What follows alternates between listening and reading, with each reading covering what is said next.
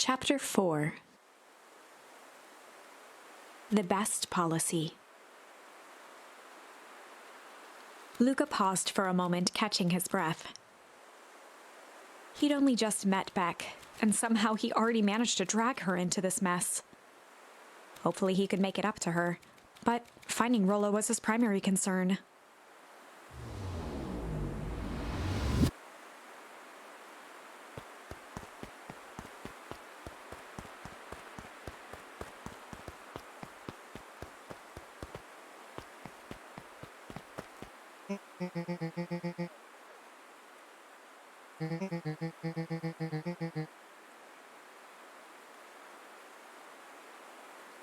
Roxy and Fitz looked drained. It was clear they'd spent all day searching.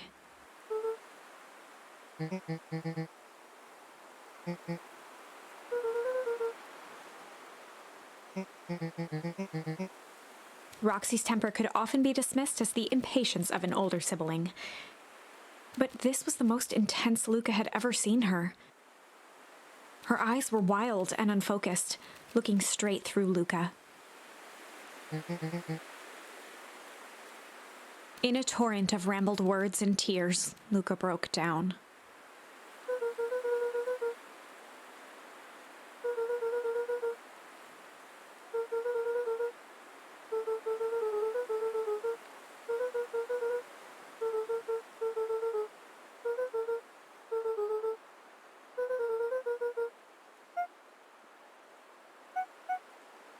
Roxy, still exhausted and angry, softened briefly as her eyes hunted the ground in thought. With a determined sigh, she looked up at Luka.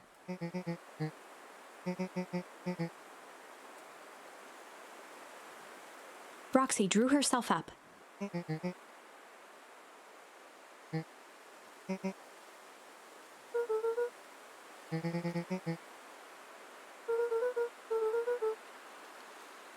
Roxy tried to think of the safest place to send Luka.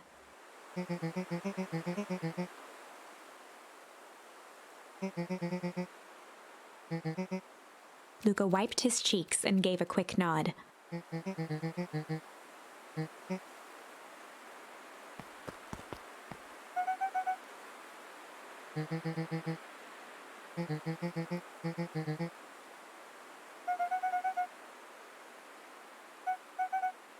Looking into the puddle, Roxy rubbed her arms to warm up.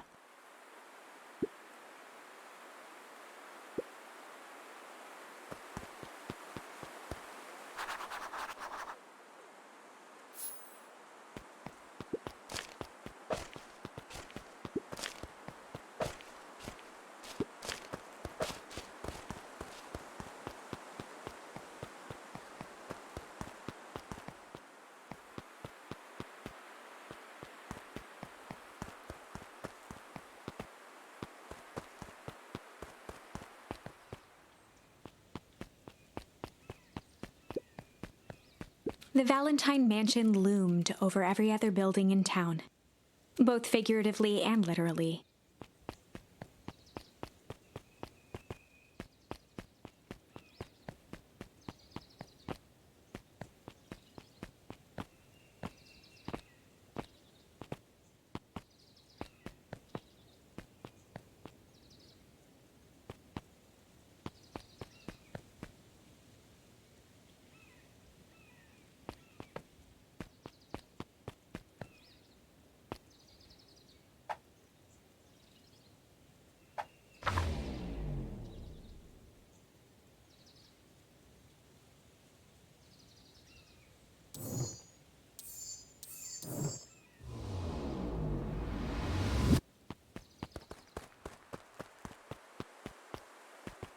Mr. Nuncree jumped with a start.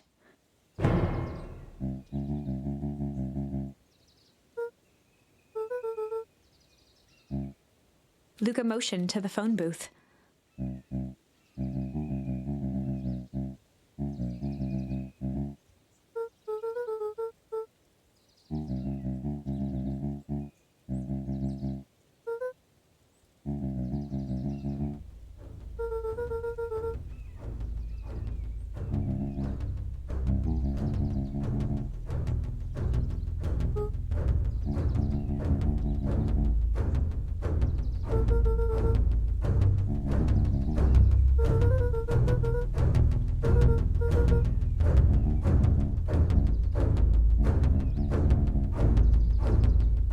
Mr. Nuncreed gently placed one of his substantial hands on Luka's shoulder.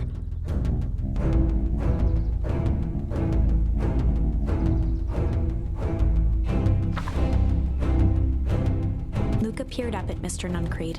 Kind eyes warmed a stern face. There was a deeper emotion hiding beneath it all. It was subtle, but Luka could sense something eating away at him.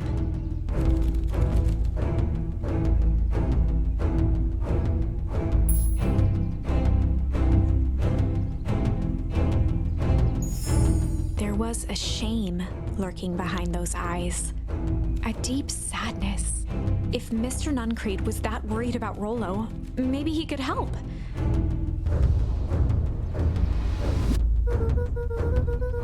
Mr. Nuncreed raised an eyebrow.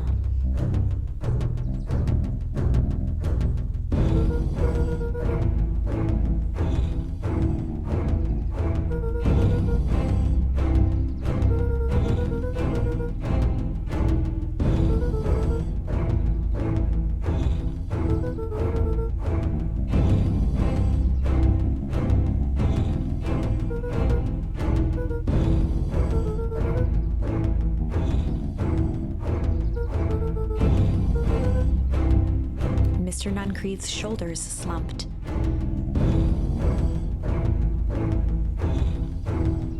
A deep sigh bellowed from his chest.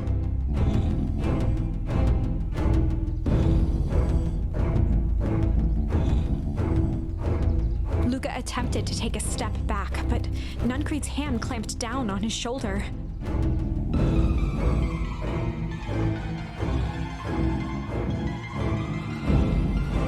With a firm shove, Nuncreed manhandled Luka into the phone booth.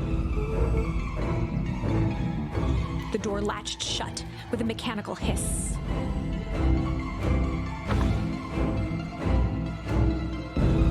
As Luka pounded the glass, the floor dropped from under his feet. The inside of the phone booth was now a loose capsule plummeting at gravity's whim. Luka winced and pressed his hands to the walls. As he braced for impact, the capsule hurried to a surprisingly smooth stop. He felt a cold rush of air and opened his eyes with hesitance. Two large figures in hazmat suits occluded his view. Luka heard the deep, resigned voice of Mr. Nuncreed over an intercom.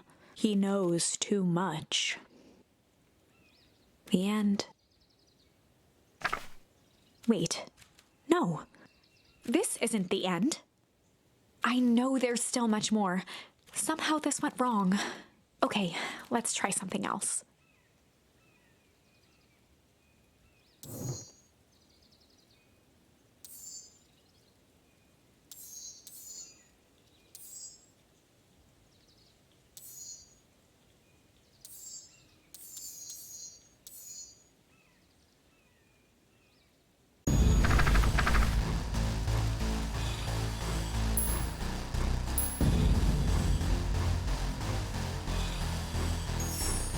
This is a story about struggle.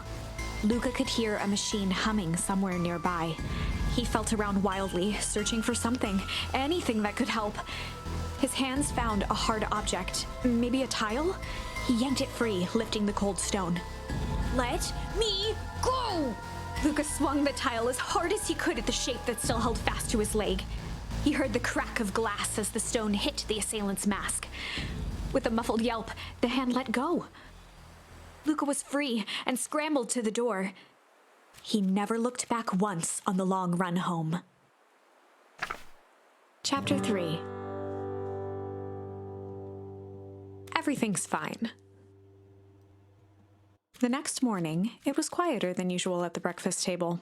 Only the sound of silverware and chewing interrupted the awkward silence.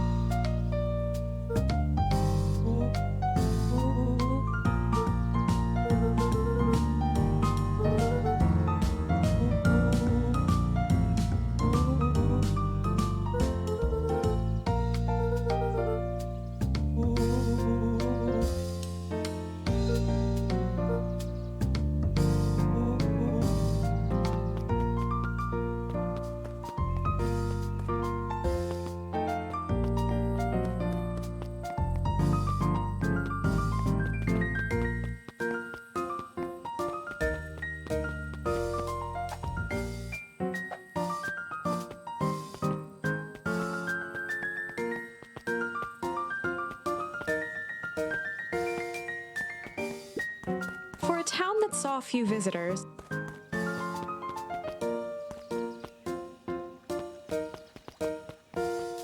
the road leading to Beacon Pines was long and uninspiring, a sort of natural barrier for the impatient.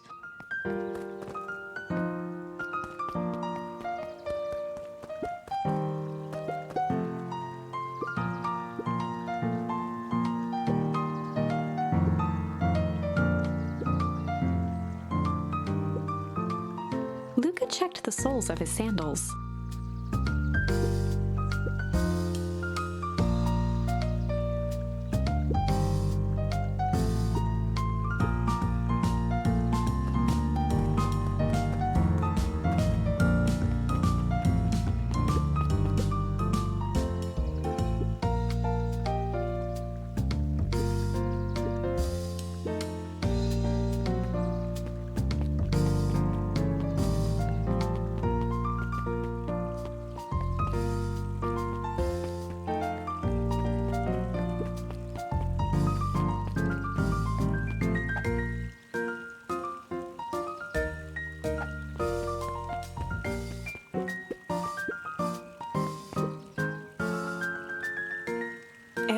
Valentine, oldest of Sharper Valentine's children, and heir to the Valentine fortune, had a way of making questions seem like demands. Mr. Wilder had learned to assume that if he was hearing from Eris, it was because she had taken issue with something he had put in the paper.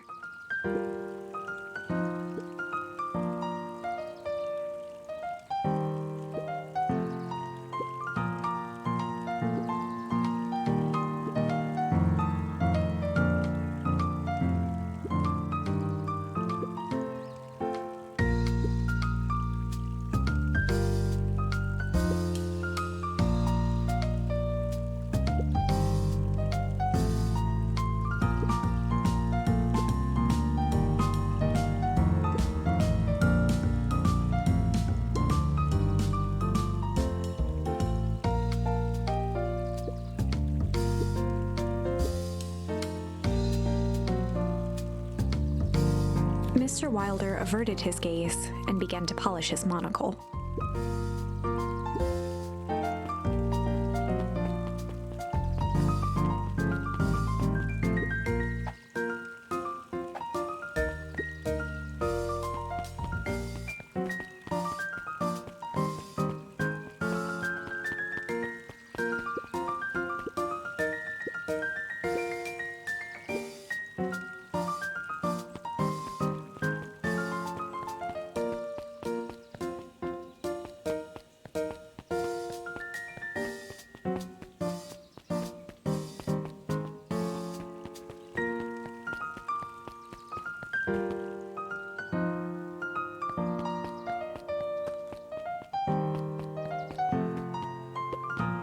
Huddled at his counter, Hiram Tolliver was meticulously shining apples. More accurately, Hiram Tolliver was meticulously shining one apple.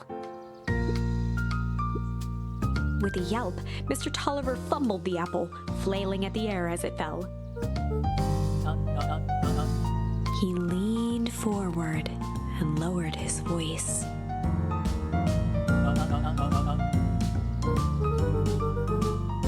He leaned in a bit further.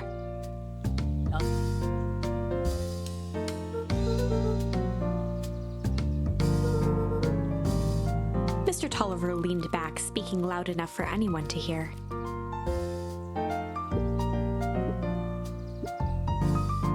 He reached forward and snapped up the jars of jam, giving Luka a little wink.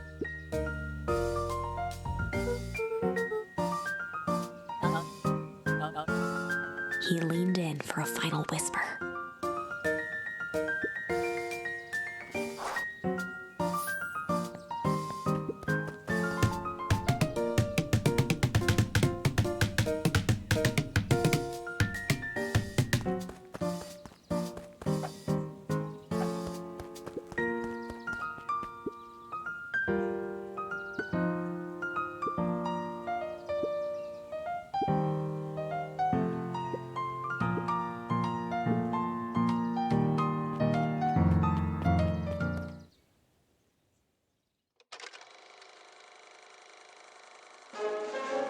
We all know Beacon Pines is a great town.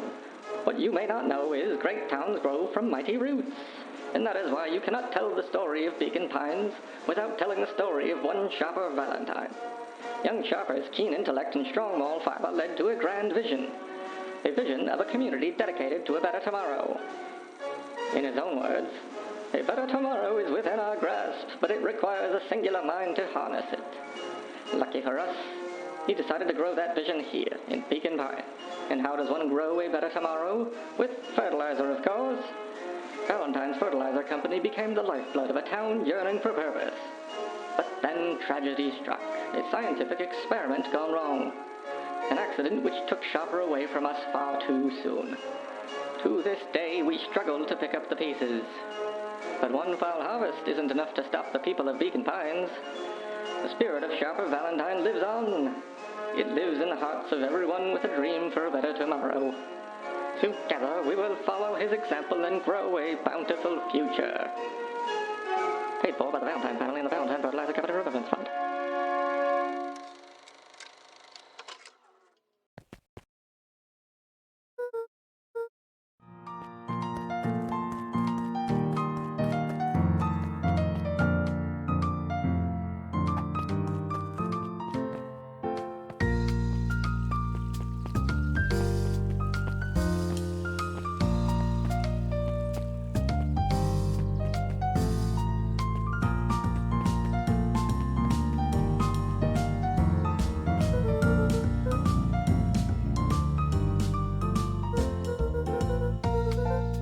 Mr. Nuncreed eyed Luka for a moment, then nodded in agreement.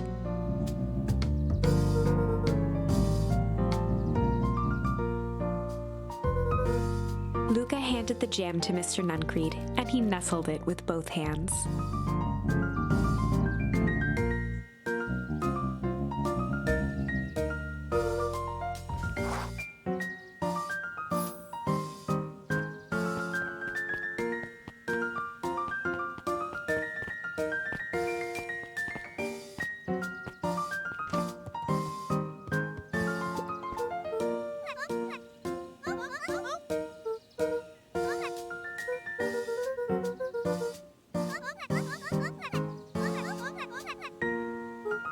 Kato motioned to the book in front of him.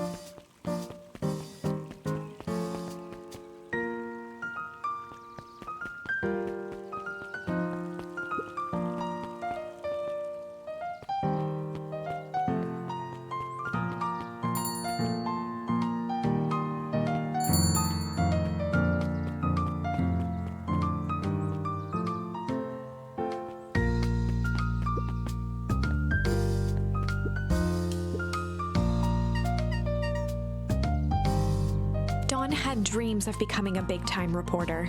At night, she searched for the story that could be her big break. By day, she hawked papers at the newsstand.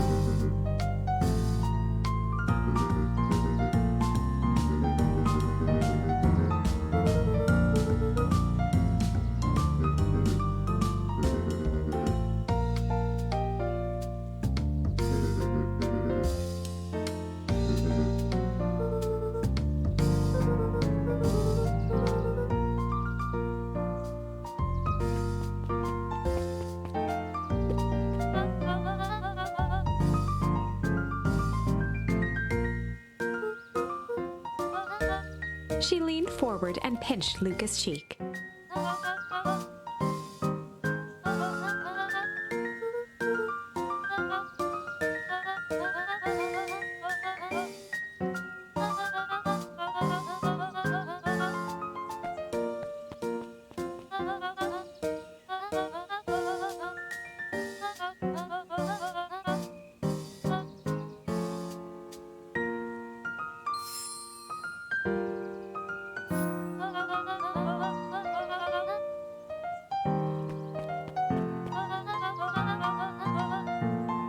Luka shifted the basket uncomfortably. Mrs. Fratelli lifted the cloth and inspected the jam.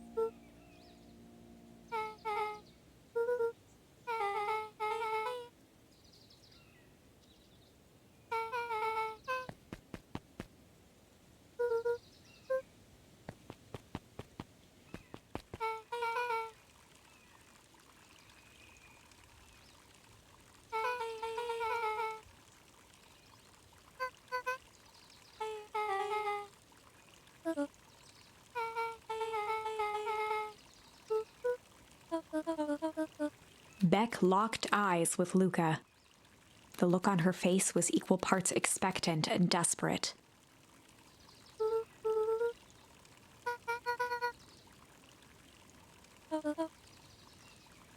Beck gave Luka a quick nudge.